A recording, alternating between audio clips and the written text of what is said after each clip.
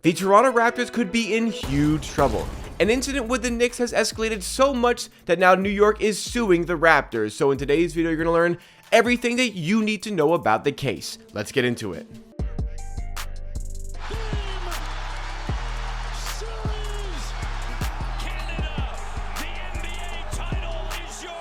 What is going on, NBA and Raptors fans? It's Jacob here, back with Amateur Hour Sports for yet another offseason video here on the channel. And we have offseason content coming all the way through up until the season begins, and plenty of content from that point forward. So make sure you are subscribed to the channel, and as always, drop a like if you find yourself enjoying this video. And for today's video specifically, we're going to be going through all of the information surrounding the New York Knicks and the decision to sue the Toronto Raptors organization. We're going to give you all the facts, all the details, and all of the alleged incidents before we talk about potentially what the penalties could be for the Raptors if they are in fact found guilty and have to pay up. What could the charges be as far as the Raptors from an organizational standpoint in the NBA? Could it be draft picks? Could it be players? We'll go through all of that today. But the incident has sparked up in the last couple of days here after the New York Knicks grew increasingly frustrated after their internal investigation into this situation. And the entire issue stems from a former Knicks employee who has jumped ship to cross-Atlantic rivals in the Toronto Raptors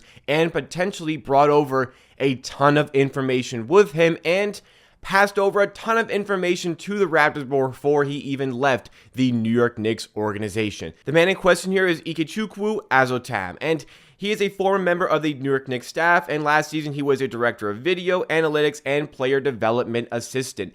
In July, he informed the New York Knicks staff that he was going to be taking a job with the Toronto Raptors, but remained under the Knicks for the rest of the season to carry out the end of his role with the team before going to the Toronto Raptors on August 15th. Allegedly, in this time period where he was finishing up his days with the New York Knicks before he was going to be joining the Toronto Raptors, thousands of documents and files were passed over to the Toronto Raptors and were accessed thousands of times. This was only discovered by the New York Knicks at the conclusion of his time with the team on August 15th, one day after he ended his employment with the New York Knicks. And after doing an internal investigation, the Knicks felt as though they had absolutely no choice but to go through with suing the Toronto Raptors organization. Apparently, a number of key documents were sent over to the Raptors that will greatly help them prepare for the upcoming season. These documents include play frequency reports, a prep book for the 2022-2023 season, video scouting files, opposition research, and more. All of this occurred in that time in July when Azotam revealed to the Knicks that he was going to be taking that job with the Raptors, and to up to the day where he actually did in fact join the Raptors. Remember, all of these reports are alleged by the Knicks and still have to be proven. The Knicks also alleged that the Raptors were heavily involved in making this happen. They were recruiting Azotam for a little bit of a while and likely had some preparation in place to hire him in advance of leaving the Knicks to acquire these documents. All in all, according to the Knicks, once again, 3,358 files were released to the Toronto Raptors and have been accessed over 2,000 times by members of Toronto's staff. What could be more troublesome to the Toronto Raptors is that new head coach Darko Rajakovic was one of the 10 members of staff that were listed as defendants in this case. Obviously, if any of this is true, the former New York Knicks employee clearly violated his contract, and that could lead to some issues for the Raptors. So we need to investigate exactly what could happen to the Raptors, and maybe we can investigate just how true are these claims that the New York Knicks are making about this organization. Raptors ownership group Maple Leaf Sports and Entertainment, also known as MLSE, acted very quickly to get a statement out about this incident. MLSE responded promptly, making clear our intention to conduct an internal investigation and to fully cooperate. MLSE has not been advised that a lawsuit has been filed or has been filed following its correspondence with MSG. MLSE and the Toronto Raptors will reserve further comment until this matter has been resolved to the satisfaction of both parties. So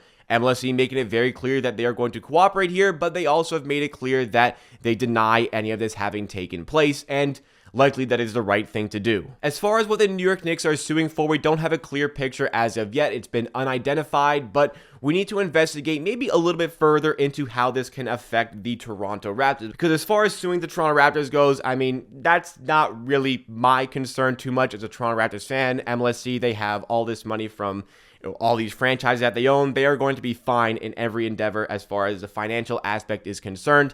That's at least my naive opinion on the outside looking into this situation.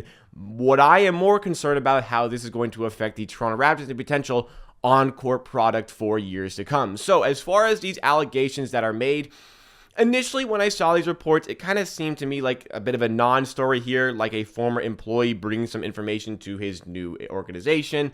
Okay, maybe that breaks some sort of NDA or some sort of contractual agreement with the former team, but I feel like every person is going to end up doing that. But going a little bit deeper, I mean, 3,358 files, and it kind of seems like the Knicks are painting a picture like the Toronto Raptors orchestrated this whole situation. Yes, they wanted to hire the employee regardless, but they orchestrated it in such a way that he was going to be able to provide them with all of this information and greatly helping them go into the new season. It's no secret the Raptors have a new head coach, Darko Rajakovic, who was directly listed as a defendant in this case, along with many other members of the Toronto Raptors staff, most of which have been unnamed to the press as of yet. But it's a completely different coaching staff this year, and it's a completely different coaching staff made up of not a single person who has ever been an NBA head coach. So maybe they feel like they're a little bit inexperienced.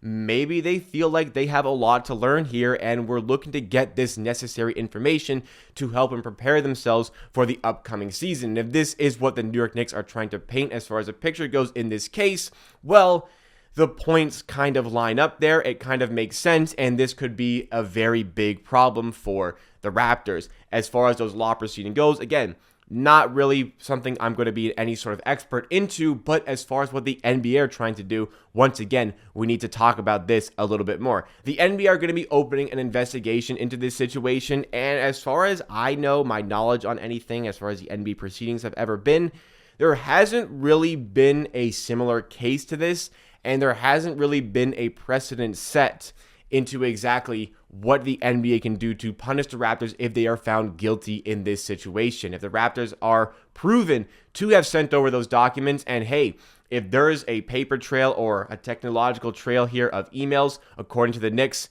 Azotam sent over a ton of files from his New York Knicks employee email to his personal email, where he sent stuff from that personal email to the Toronto Raptors. If that is the case, well, it's an open and shut case. You'll be able to find out that information relatively quickly. So I questioned as to what will happen to the Raptors. We've seen with some tampering violations in the past, there's been losings of second round picks. There's been losing of draft picks in general. There's been fines sanctioned. All of these things, again, the fines don't really make a ton of difference to me, but if sanctions are placed against the Raptors in terms of draft compensation, draft picks, that could lead to some very big problems. And if they are proven to have accessed all this information and the Toronto Raptors knowingly helped coordinate this attack on private information from the New York Knicks, I could definitely see Adam Silver and the NBA head office going with the route of really hurting the Raptors with their draft picks, in which case this would be a completely disastrous situation for Toronto. And once again, it would be a huge blemish on the front office. I mean, the front office, I spoke about them so much on the channel about my disliking for how they've handled assets over the last few years, how they've handled building this team for the last few years, and something like this that could get the team in a ton of trouble with the NBA. Maybe this could be something that, maybe it's not quite the big straw that broke the camel's back, but we could be getting to the point where we're waiting for that straw to break the camel's back if this is true and the Toronto Raptors front office was heavily involved. So all in all, I don't really know what to make of this entire situation. This is a very foreign situation to the Raptors and to the NBA, I'm sure, in general. I mean, once again, I'm sure this happens all the time, but you don't want to get caught like the Raptors did, especially if there are, in fact, 3,358 documents that were sent over to the Raptors and were accessed over 2,000 times by members of the Toronto Raptors organization. So it's difficult to predict exactly what's going to happen, but I think as far as lawyer power goes, this is going to be extremely difficult for the Knicks to prove beyond any sort of reasonable doubt in this situation. We'll see what the Raptors have done. I mean, I'm sure if stuff has been going on, if it's been going on, they have taken steps necessary to try and cover up their tracks. But there's also the possibility in this case scenario that nothing really wrong has happened here. This is just the New York Knicks making a claim about the Toronto Raptors, and now the burden is on the Knicks side of things to prove it in any sort of court setting. And that's going to be an extremely difficult thing to do, but we will monitor things as they come. As of now, I don't think there's any real reason to panic as far as our fanhood on the Raptors. Everything is going to be okay, but things can definitely change very quickly. So what do you make of this whole situation? What do you think the punishments could be that are laid down against the Raptors? Let me know your thoughts and opinions in the comments down below, because that is it for me for today. Thank you so much for watching this video. Drop a like if you enjoyed. Subscribe for more. Blah, blah, blah. I'll see you again next time for another video.